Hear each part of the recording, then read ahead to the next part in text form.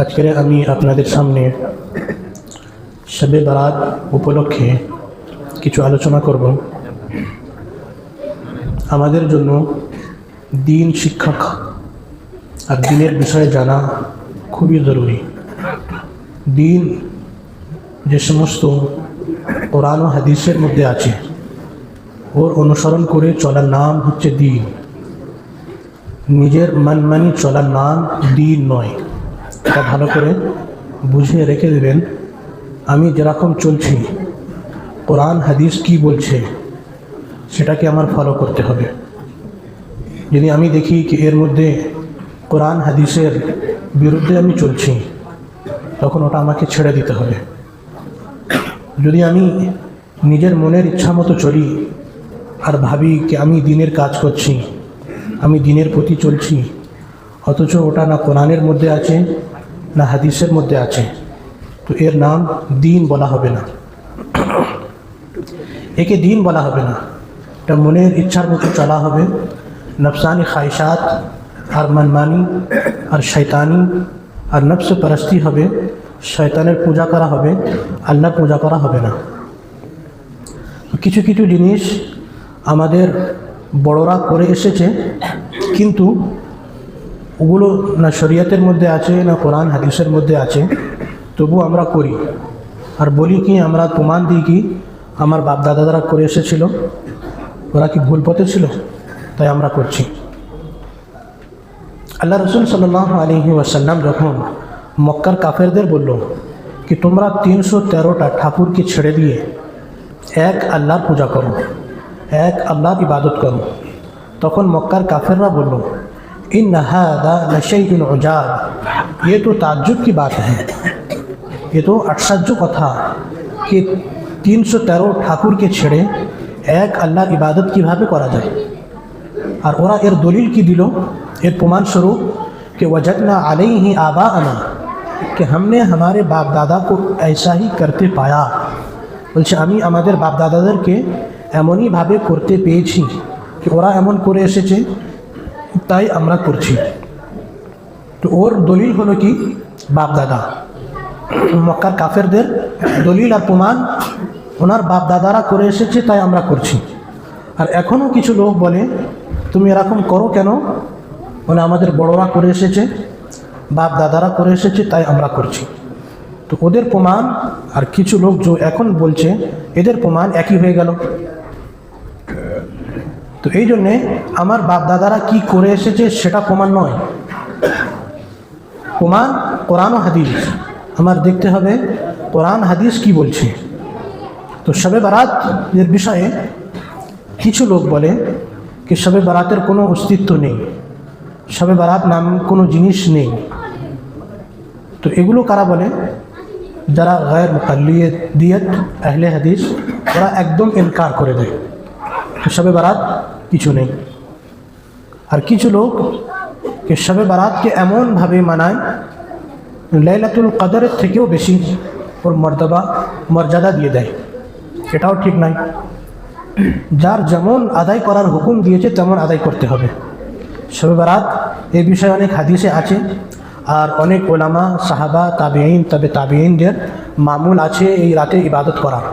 তো ইনকার করে দেওয়াও গুমরাহি হবে।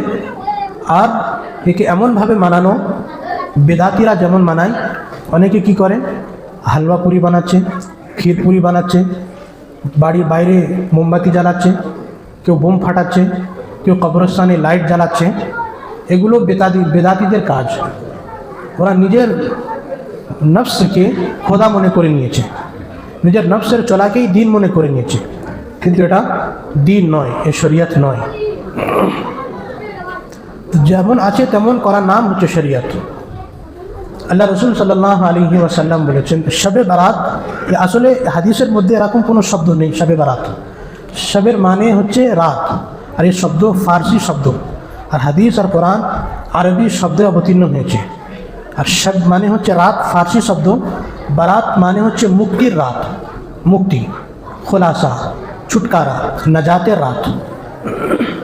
কেননা এই রাতে আল্লাহ পাক হাজারো সैकड़ों জাহান্নামীদেরকে জাহান্নাম থেকে মুক্তি দেয়। এই জন্যে এই রাতকে শবে বারাত বলা হয়েছে। হাদিসের মধ্যে লাইলাতুন নিসফুম মিন শাবান, শাবান মাসের অর্ধেকতম রাতকে বলা হয়েছে, উল্লেখ করা হয়েছে। তো আজকের 14 তারিখ শাবান মাসের, কালকের 15 তারিখ। তো এর রাত মানে 15-এর রাত, তো অর্ধেক মাসের রাতকে হাদিসের উল্লেখ এসেছে। তো এই বিষয়ে হাদিসের মধ্যে এসেছে कि वलिल्लाहि फीहा उतकाउम मिनन नार बिआदति शुऊरि गनामी बनी कल्बिन। হাদিসের শব্দ कि এই রাতে আল্লাহ পাক হাজার হাজার বলা হয়েছে বনু কলবের ছাগলের চুলের পরিমাণ এই রাতে জাহান্নামীদেরকে জাহান্নাম থেকে আল্লাহ আজাদ করে দেয়।